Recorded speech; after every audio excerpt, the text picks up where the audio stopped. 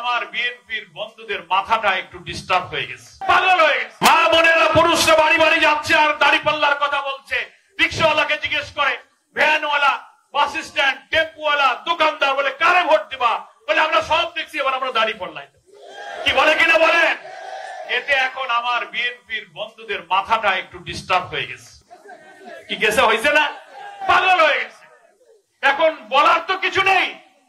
লোকেরা তো উনাদের চাঁদাবাজ বলতে পারে, দুর্নীতিবাজ বলতে পারে, খুনি বলতে পারে, সুদখোর ঘুষখোর বলতে পারে।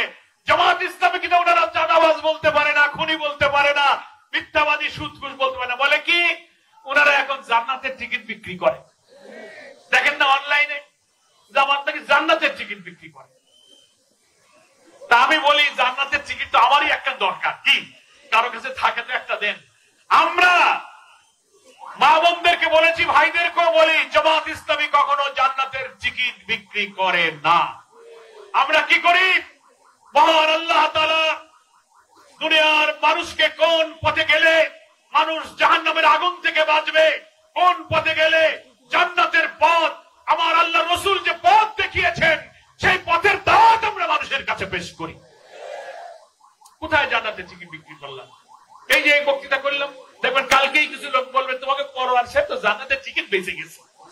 এই কথা বললে আপনি বলতে আমার সেই টিকিট একটা দাও, আমাকে আগে দরকার। মিথ্যা কথা, ভয়ভীতি দিচ্ছে আমার হিন্দু ভাইদেরকে। ইভেন আওয়ামী লীগের মধ্যে অনেকে আছেন, বলছেন না দাদা এবার ভাই আপনাদের পাশে থাকবো, আমরা এবার দাঁড়িপাল্লায় ভোট দেবো। ওনারা সেই সব লোকদেরকে ভয় দিচ্ছে, বাড়িতে গাড়ি পাঠায় ধরে নিয়ে আসতেছে, টাকার বান্ডেল দিচ্ছে যে তোমাদের সাথে থাকো।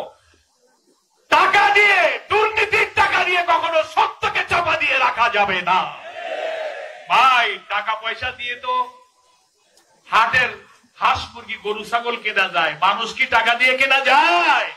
আপনারা কি সামনে বিবেককে বিক্রি করে দেবেন? মা বোনদেরকে বলি, টাকা আনলে ফেরত দেবেন। সারা বছর কোনো খোঁজ নাও নাই, অভাব অনটন দুঃখ কষ্ট, বিল ডাকাতিতে পানি ডুবে গেল, অভাব অনটন গেল, দুর্যোগ গেল, হাজার হাজার লোক জেল খাটলাম, আন্দোলন করলাম। এই ডুমুরিয়া ফুলতলার হাজার হাজার লোক খুলনা জেলখানায় আমার সঙ্গে দেখা হয়েছে, হয়েছে কিনা বলেন? আজকে যিনি প্রার্থী তারে কি কেউ কখনো জেলে দেখেছেন? অত্যাচারের বিরুদ্ধে কোন আন্দোলন সংগ্রামে নাই। এখন এসে উনি বলবেন টাকা নাও। বললে আমি বলছি যে আমার বলে কি করবো টাকা? টাকা এতিমখানা মসজিদ মাদ্রাসায় দিয়ে দাও। টাকায় কখনো সত্যের সৈনিকরা বিবেককে বিক্রি করে দেবে না। আপনাদের প্রত্যেক ওয়ার্ডে মা বোনদেরকে বলবো, এই সত্য কথা প্রচার করবেন। ভোটের আগে ওই 200, 500, 1000 টাকা এক প্যাকেট বিরিয়ানির জন্য আমরা কখন নিজেদের চরিত্র বিবেককে বিক্রি করে দিতে পারি না।